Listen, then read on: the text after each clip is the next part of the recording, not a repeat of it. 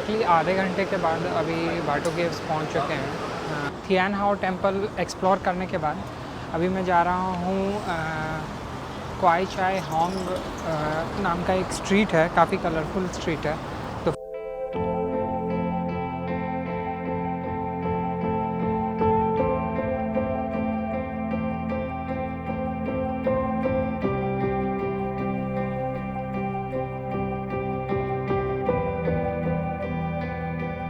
Okay, तो अभी मैं पेटलिंग स्ट्रीट में ही हूँ, बट यहाँ से अब मैं निकल रहा हूँ मेडरका स्क्वायर में। मेडरका स्क्वायर को बोला जाता है स्क्वायर ऑफ इंडिपेंडेंस, बिकॉज़ जब एक्चुअली में इंडिपेंडेंस मिली थी मलेशिया को एज अ कंट्री, तो सबसे पहला जो फ्लैग होस्ट किया गया था वो उसी जगह पे किया गया था। वहाँ पे जो मेन ऑफिसेज़ है मलेशियन गवर्नमेंट की, वो काफ़ी सारी ऑफिसेज़ वहाँ पे ही अवेलेबल है, और एक बहुत फेमस मॉस्क भी है। तो दोनों ही जगहों को आज एक्सप्लोर करके कंप्लीट करेंगे। मैं आपको रिवर ऑफ लाइफ वाले कॉन्फ्लुएंस लोकेशन भी अभी दिखा दूंगा। अगर आपके पास टाइम हो तो आप इवनिंग में आ सकते हो। लाइटिंग की वजह से वो एरिया काफ़ी ज़्यादा खूबसूरत दिखता है। तो ये 3 लोकेशन अभी जस्ट कवर करते हैं, फिर उसके बाद आगे का मैं चेक करता हूँ कि कहाँ जाना है। मोस्ट लाइकली मैं ट्राई करूँगा पेट्रोनस टावर कवर करने का, क्योंकि उसके बाद सीधे मैं फिर अपने एरिया में निकल जाऊँगा और वहाँ पे मुझे केएल टावर पे जाना है। एंड उसके बाद मैं कोशिश करूँगा बुकेट बिन टैंक को एक थोड़ा सा और एक्सप्लोर करने का।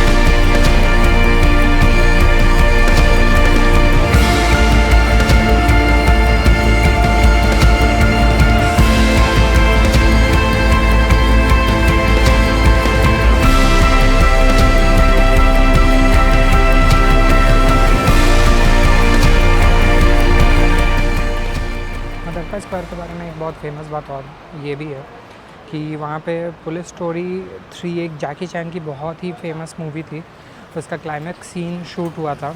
अगर मुझे वो मूवी में वो सीन का कहीं पे क्लिप मिलता है तो वो क्लिप या फिर मैं फ़ोटो फाइंड आउट करके यहाँ पे डाल दूँगा वीडियो में ही। यहाँ तो सुल्तान अब्दुल समाद बिल्डिंग जो है वो मेडरका स्क्वायर में एग्जिस्ट करता है। ये जो है कॉलोनियल आर्किटेक्चर का एक बहुत ही ब्रिलियंट एग्जाम्पल है। एंड इसका कंस्ट्रक्शन स्टार्ट हुआ था 1984 में, बट कंप्लीट हुआ ये 1987 में। एंड ये जो है इसका नाम जो रखा गया है वो सुल्तान अब्दुल समाद के नाम पे रखा गया है, जो कि उस टाइम पे सुल्तान ऑफ सेलेंगोर स्टेट थे। सेलेंगोर एक यहाँ पे स्टेट है जो कि है वेस्ट कोस्ट में। इनिशियली इंडिपेंडेंस के बाद ये गवर्नमेंट ऑफिसेस के लिए यूज़ किया गया था, और यहाँ पे ही डिक्लेरेशन ऑफ इंडिपेंडेंस भी हुआ था 1957 में।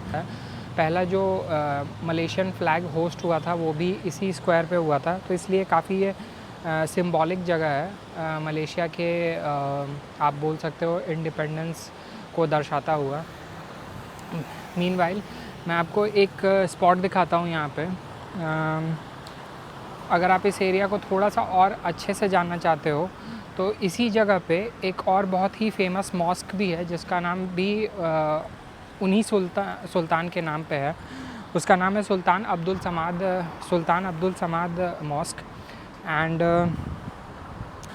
ये भी मेडरका स्क्वायर में ही है, और बहुत ही ब्रिलियंट आर्किटेक्चर है से बनाया हुआ है। बहुत ही ब्रिलियंट मुग़ल आर्किटेक्चर को यूज़ करके इसको बनाया गया है।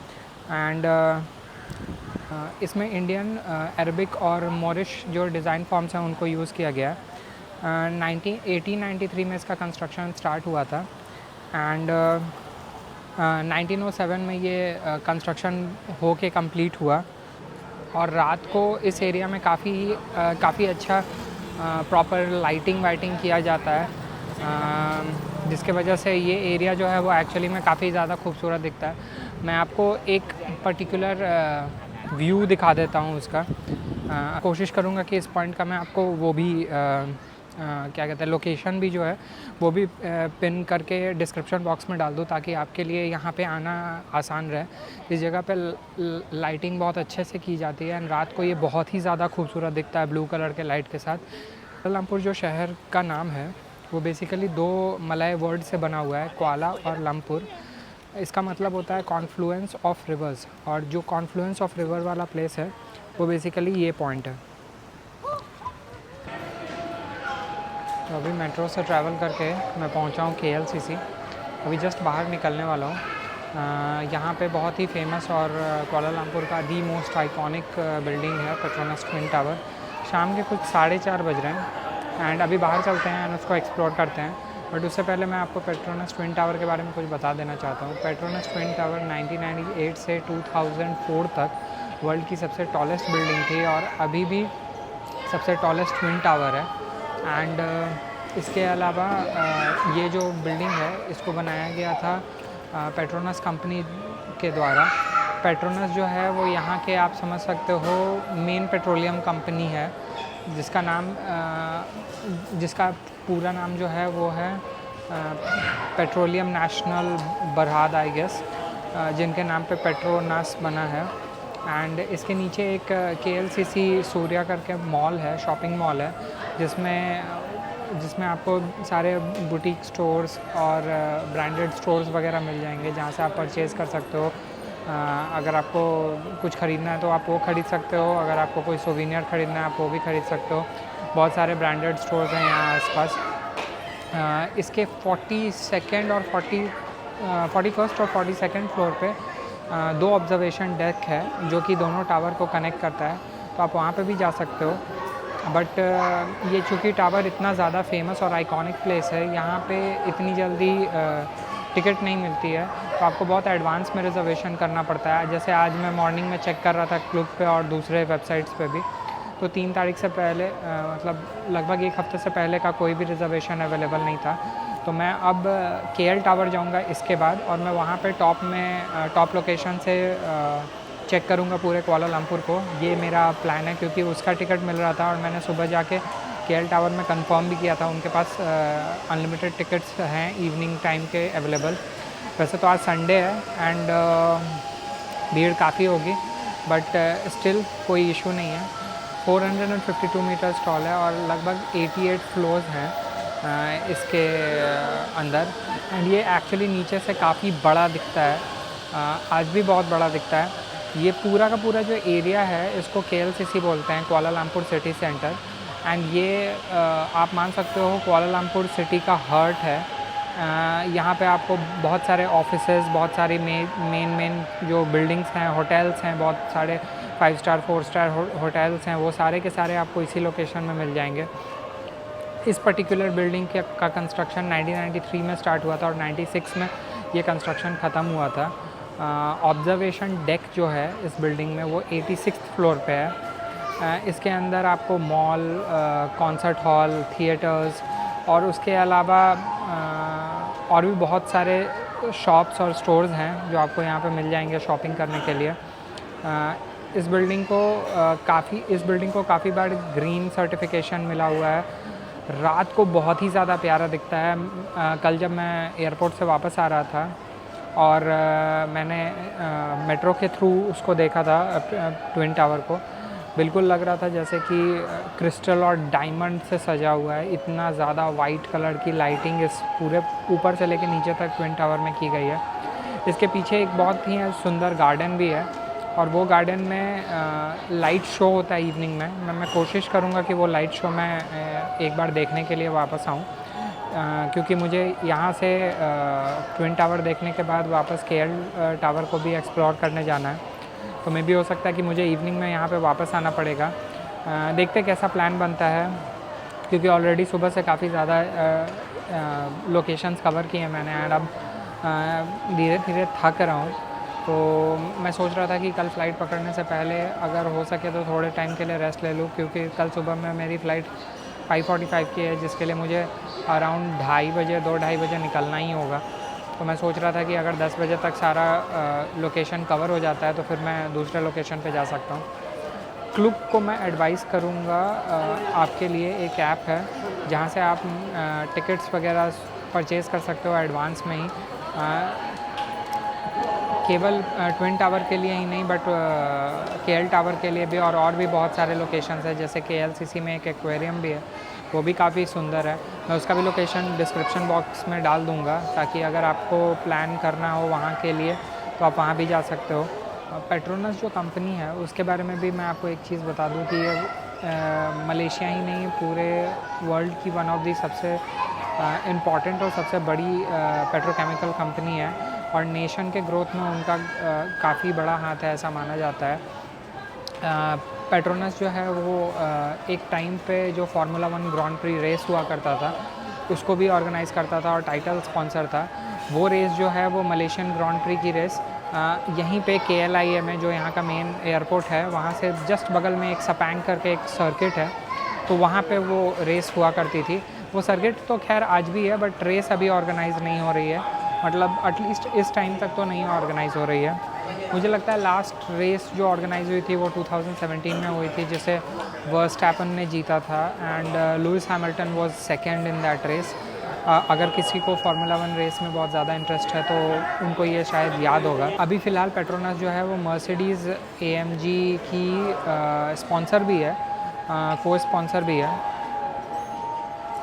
तो उनके पास बेसिकली एक फार्मूला 1 टीम है। इसके अलावा ये जो पर्टिकुलर बिल्डिंग है, इसको एक अर्जेंटीनियन आर्किटेक्ट ने डिज़ाइन किया हुआ है,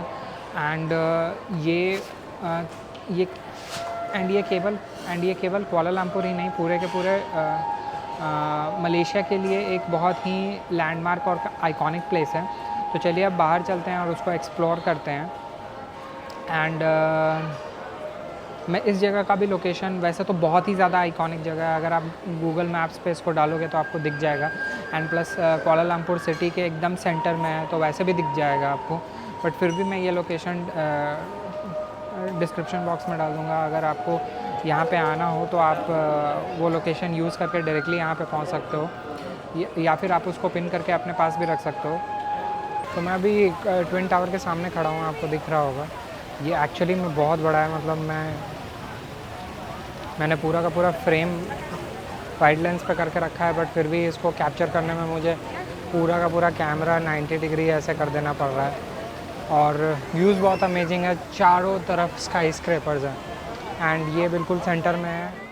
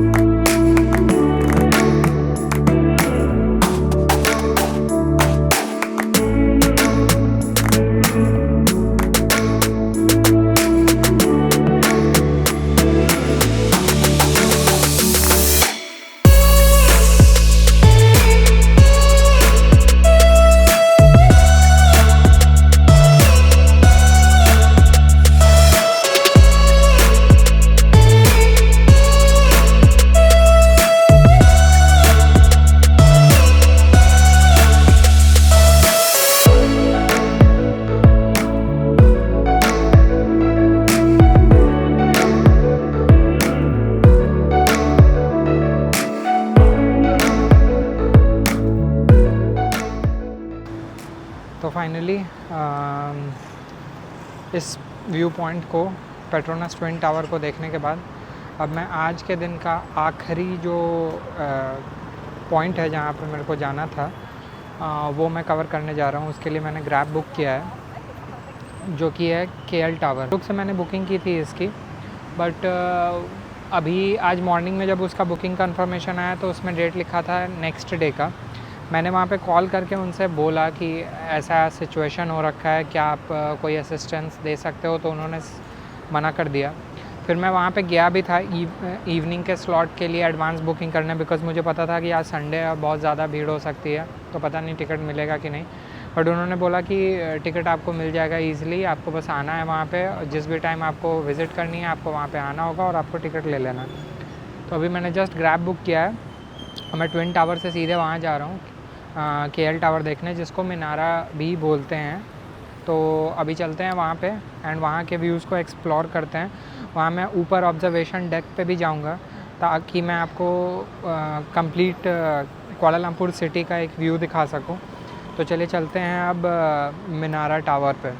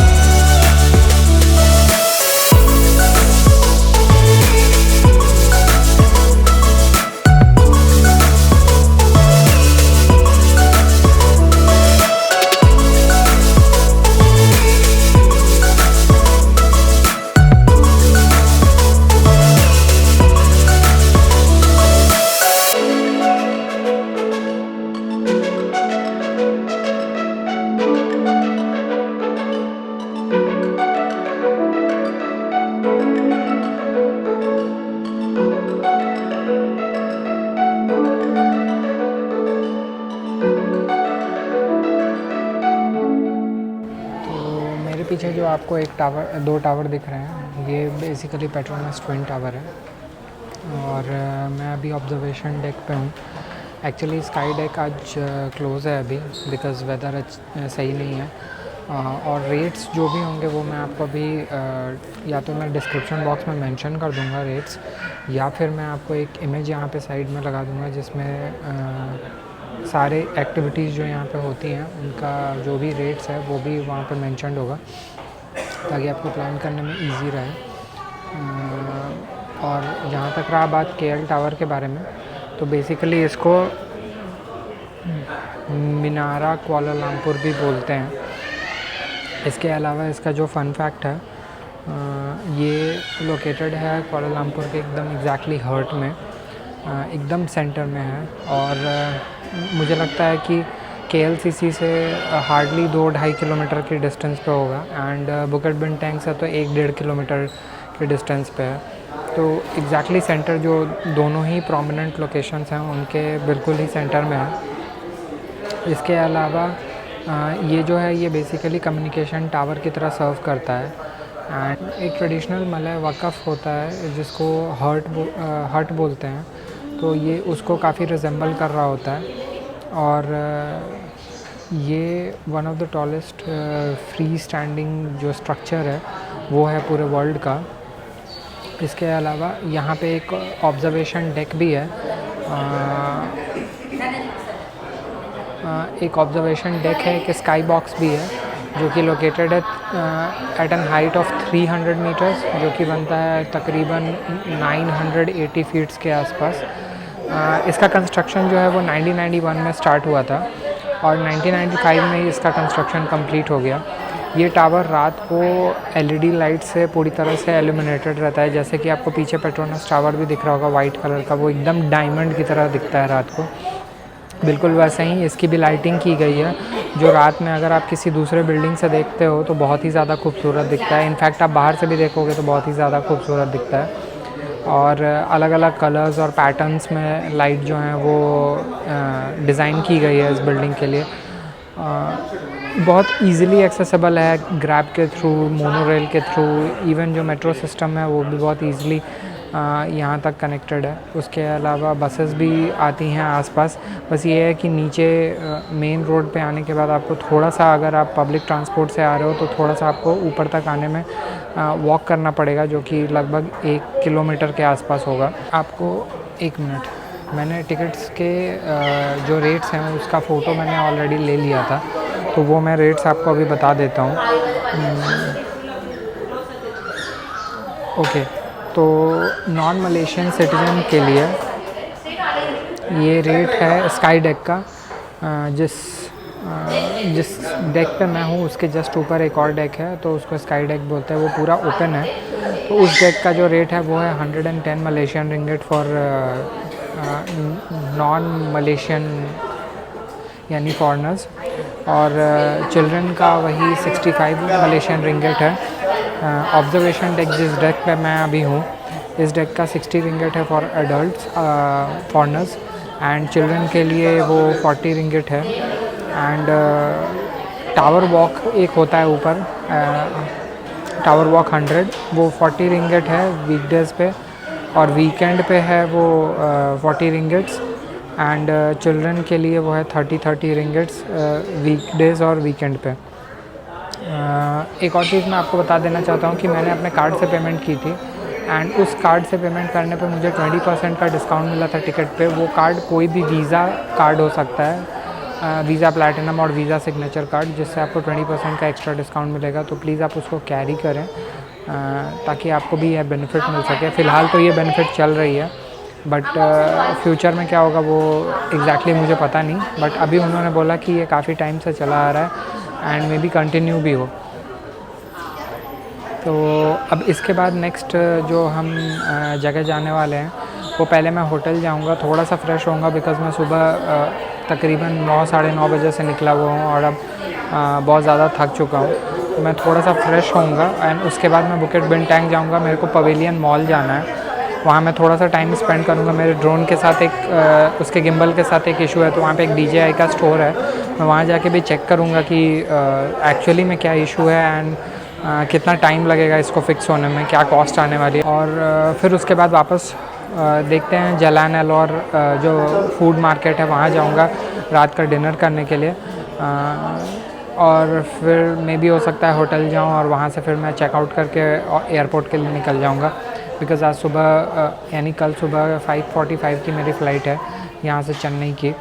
तो देखते हैं, अब वेदर के ऊपर बहुत कुछ डिपेंड करता है। वैसे थोड़ा सा तो इम्प्रूव हुआ है कंडीशन, बिकॉज़ अब बहुत ज़्यादा क्लियर दिखने लगा है सब कुछ।